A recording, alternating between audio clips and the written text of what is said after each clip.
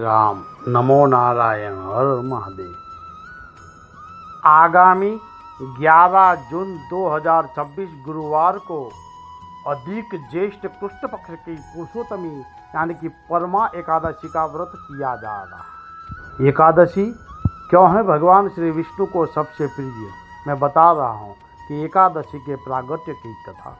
हिंदू धर्म में एकादशी का व्रत को भगवान विष्णु की कृपा प्राप्त करने और मोक्ष का मार्ग प्रशस्त करने के लिए सर्वोपरि माना गया है। यह तिथि स्वयं जगत के पालनहार भगवान विष्णु को अत्यंत प्रिय है।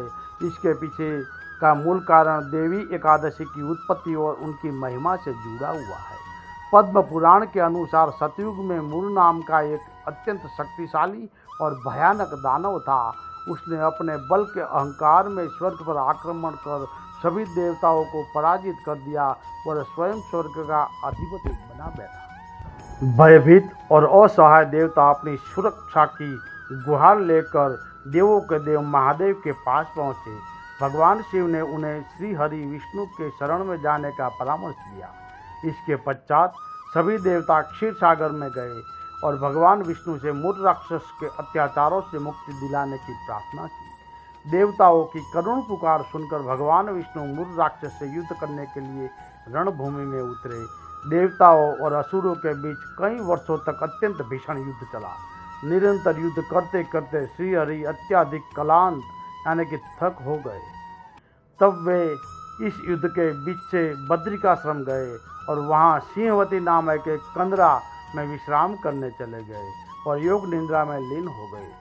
दुष्ट मुर राक्षस भगवान विष्णु का पीछा करते हुए उस गुफा तक पहुंच गया और सोते हुए प्रभु पर प्राणघातक प्रहार करने के लिए आगे बढ़ा। जैसे ही मुर राक्षस ने वार करना चाहा, वैसे ही भगवान विष्णु के शरीर यानी कि उनकी 11 इंद्रियों से एक अत्यंत तेजस्वी, दिव्य और अस्त्र शस्त्र से सुसज्जित सुंदर कन्या प्रकट हुई।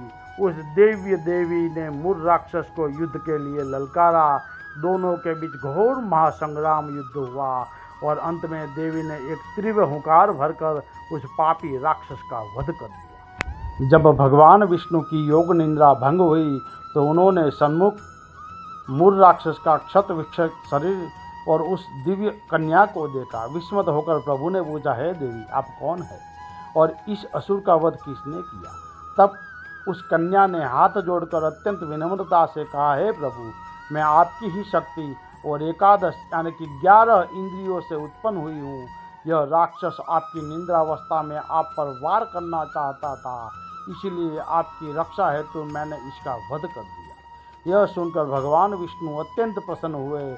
उन्होंने उस कन्या का नाम एकादशी रखा और उन्हें वरदान देते हुए कहा, हे देवी, आज के दिन तुम्हारा प्रागट्य हुआ है, इसीलिए जो भी मनुष्य प्रत्येक मास की एकादशी तिथि को पूर्ण निष्ठा से व्रत रखेगा, तुम्हारी और मेरी पूजा करेगा, उसके समस्त पाप नष्ट हो जाएंगे। वह जीवन के सभी सुखों को भोग कर अंत में मेरे परम धाम वैकुंठ को प्राप्त करेगा।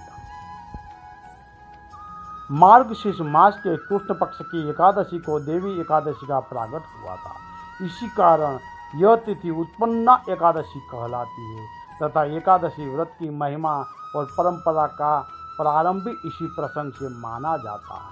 संसार के सारे ठाट बाट यहीं रह जाने हैं, केवल हमारे पुण्य कर्म ही हमारे साथ वैकुंठ जाएंगे। एकादशी का व्रत ही सबसे बड़ा पुण्य है, जो जीते जी सुख और मृत्यु के बाद मोक्ष देता है। जय श्री राम। नमो नारायण। हर हर महादेव।